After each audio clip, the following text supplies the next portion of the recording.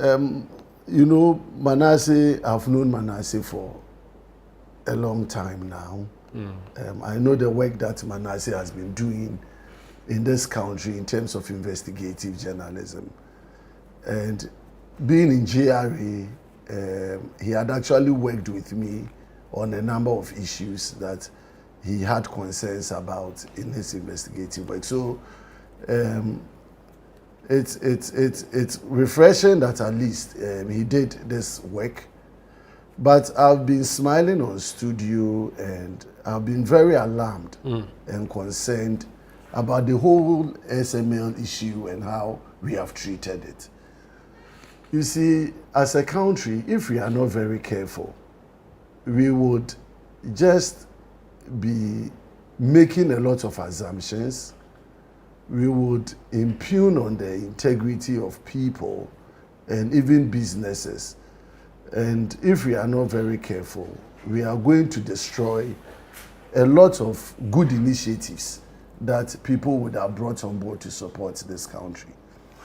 You see, GRA sat as an independent organization. If you take the GRA Act, the GRA is a body corporate established by law, and it has capacity to enter into contract by itself. And GRA has a mandate. The mandate of GRA is to collect revenue and account same to government. And GRA has the right to enter into any agreement or contract that it believes will assist and facilitate its work in terms of revenue generation and collection activities. And so a lot of contracts have been signed by GRA over time to assist GRA in its revenue performance work. Whether it's about the systems that GRA use at the domestic tax revenue level, whether it is about the system we put in place at the customs division, like we used to have Unipass and then the ICOMs and the rest, and then many other contracts that GRA signs in terms of its revenue assurances work. SML came into operation according to, as Manasseh indicated, in 2017. Okay. GRA would ordinarily receive contracts from people, proposals from people trying to justify why they think their services will be beneficial to the authority. The authority has a board that reviews its proposals, or management present those proposals to the board. And then at the end of the day, if the board thinks that it is good enough for the company to be engaged, they go ahead and do it.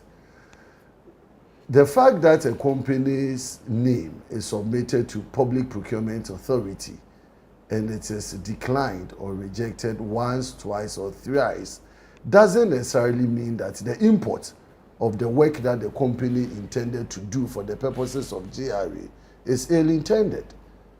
Many proposals go to PPA, and PPA may either tell you to go and revise the contract sum, or go stop single source and go for competitive bidding, and so on and so forth. Let me contextualize this for purposes of what Manasseh indicated. And I'm not here to hold brief for anybody. Okay. I'm looking at this from a pure GRA as a body corporate entering into a contract, and then GRA repeatedly justifying why the activities or the work of SML inured to the benefit of GRA. Even though it has been established now that everything SML has come to do was already being done, and that the work of SML is either superfluous or totally unneeded. For instance, on the work that they did at the port, GRA was already doing that according to what Azuri has established. With the NPA or the downstream petroleum sector, NPA already had trackers. So what really was the work of SML? That's the question. Exactly, and that is where we get it wrong. Because NPA is established for its own purposes, to do its work. And GRA also has a reason for its existence. Now, if NPA has a system that provides it with data or information about petroleum products and how it is moved, that is completely different from GRA looking at petroleum products from a tax revenue assurance perspective. And so It depends on how GRA, if GRA is in the known that NPA has this system, and that system is good enough for GRA's revenue assurances, and it can be tweaked for its purposes, you can always have interagency collaboration. But if GRA on its own believes that this is how I want to contract an entity or a company to do for me, and the company does that, and GRA is satisfied with it, it shouldn't be a problem. But you see, the next thing you have to consider is that, so GRA, even though it's a non-human being, it is considered a human being in the legal sense, right? However, there are human beings who run the GRA. That is correct. And these human beings have been found by the OSP and the investigative journalists who have acted against the interests of the state. That is why they have been added to the list of people to be prosecuted. So the view is that these people you call GRA were actually real human beings who had an intention to offend the law, and that's why they are being prosecuted. So the GRA as a body corporate may be said to have signed this, but when indeed and in fact it is some people which people are going to be prosecuted. And that is where I want us to tread very cautiously, because the GRA could go into agreement and contract.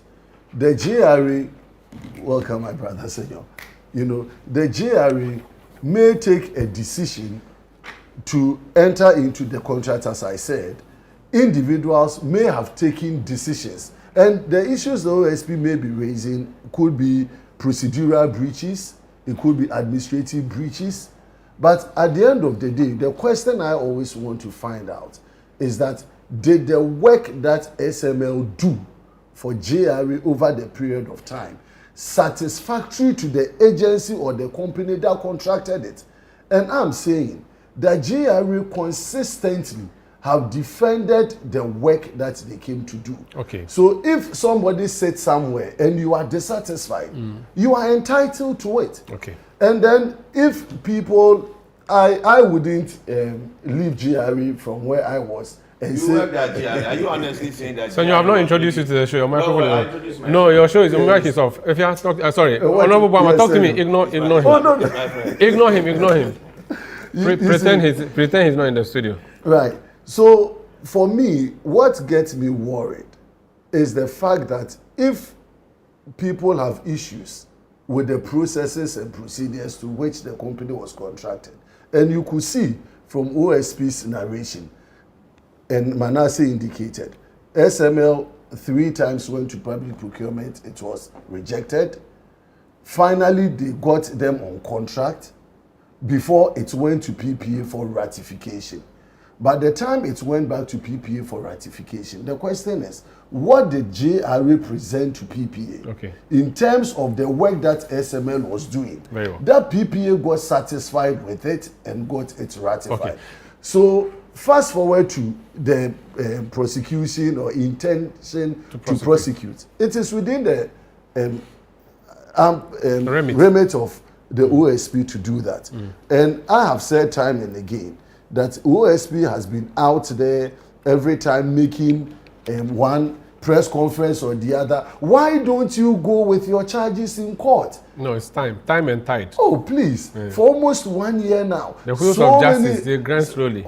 This is not justice. You would come to the public domain, you make all these press releases and press statements. He learned from his teacher. So I'll come back to you. And I also come to Azure. Azure, since you're following us from there, I would come and ask you specifically at any point GRA as a body corporate has come to say to us that the work of SML was not satisfactory, whether the GRA of old or the GRA of new. I'll be happy if you can tell us. Because it appears he says there was a contract between GRA and SML. GRA is satisfied. So if GRA is satisfied, why are we crying? Even the GRA of new, when this new administration of NDC came, and this story had been running right when they haven't come out to say the GRA continued to engage SML in the area of the downstream petroleum. Until yesterday, when the president directed that. Even initially, there was a direction for GRA to terminate the contract.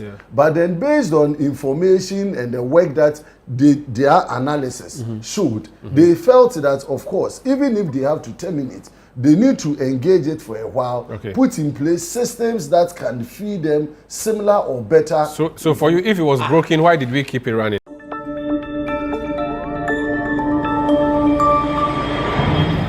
Citizen TV, Accra, Ghana. Citizen TV, the citizen's power.